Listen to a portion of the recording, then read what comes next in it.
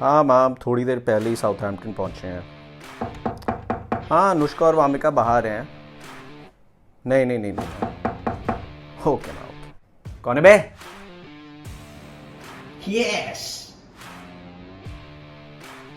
Yes. कौन है बे? Yes. कौन है बे? Yes, it's me. Come in. Yes, it's me. It's Conway. It's Darren Conway, Virat.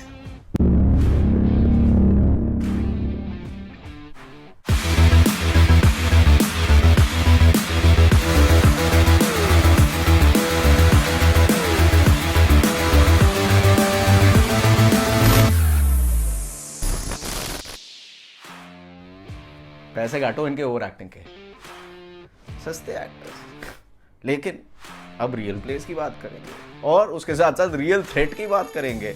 और real threat है Devon Conway, who scored that magnificent double century on debut versus England at Lord's, जो कि खतरे की घंटी साबित हो सकते हैं for Virat Kohli and team India for the World Test Championship final.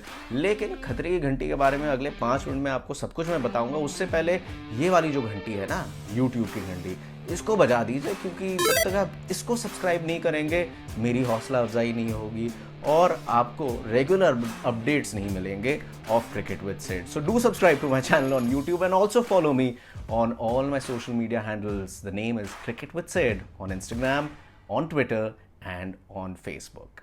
तो चलिए बात करते हैं अब डेविन कॉनवे की। And well, he is the latest entrant when it comes to scoring double centuries on debut. जहाँ पे आमतौर पर एक डेब्यूटेंट ये सोचता है कि भाई एक रन बन जाए, सांस में सांस आए, उसके बाद आगे की आगे देखेंगे। वहाँ इन जनाब ने एक दो क्या दोहरा शतक ही लगा दिया।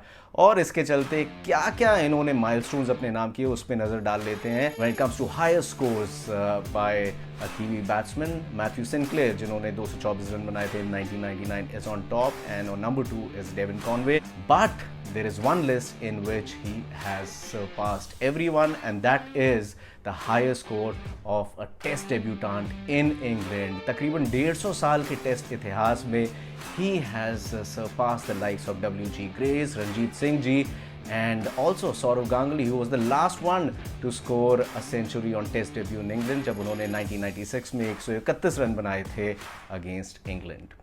So what makes Devin Conway so special and why can he be such a great threat for India? वो इसलिए, अब अगर हम इस फुटेज के ऊपर नज़र डालें, this is the 300 triple century he scored for his home side Wellington, 327 in a first class match which is the Plunket Shield in New Zealand, 327, which is the highest score at the Basin Reserve and only the 8th triple century by a Kiwi batsman in New Zealand. Now अगर आप shots पे नज़र डालें, he's got the entire range, whether it's the cover drive, whether it's that controlled pull shot. In fact, that flick is quite unique, जो कि आपको इस test match में भी काफ़ी देखने को मिला, जहाँ पे इनका पिछला वाला पैर जो है उड़ जाता है। Reminds you a little bit of Kevin Pietersen. So he is got everything, very compact, ज़्यादा मूवमेंट नहीं है, a great lever of the ball, and with that, anything that is in the range, he's very quick to pounce onto that and dispatch it towards the fence, and he could be a real threat for India. And the reason for that is कि England में भी वैसी ही conditions हैं जैसी New Zealand में conditions होती हैं। और अगर आपने इंग्लैंड में 200 रन का नॉक मारा है, जिसका मतलब ये है कि इन्होंने 1.5 दिन तक बैटिंग की है। और इंग्लैंड में जहाँ पर गेंद जो है पूरे दिन कुछ ना कुछ हरकत करती रहती है, हिलती रहती है, अगर 1.5 दिन तक आप उसको नेगोशिएट करते जा रहे हैं, then you are really special, you got the temperament, you got the technique, and you really have it in you to succeed in those tough conditions where there's a lot of lateral movement in England. So that is the kind of threat Devin Conway poses for Team India. In fact, he is an all format player. एक knock अभी हाल ही में यानी कि फरवरी में उन्होंने खेला था against Australia, which was the first T20I of the series, जहाँ पे इन्होंने 99 नॉट आउट मारा था। और इनफैक्ट उस इनिंग के बाद रविचंद्रन अश्विन ने ये ट्वीट भी किया था कि दोस्त आप सिर्फ 4 दिन लेट हो गए, अगर ये नॉक जो है 4 दिन पहले आता यानी कि ऑक्शन से पहले आता,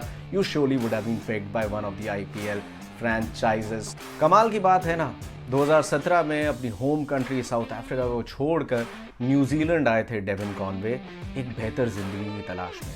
उन्हें क्या पता था कि न्यूजीलैंड में एक नया मुकद्दर ही उनका इंतजार कर रहा है। That's it from me from this episode of Cricket with Sid. Until next time, goodbye.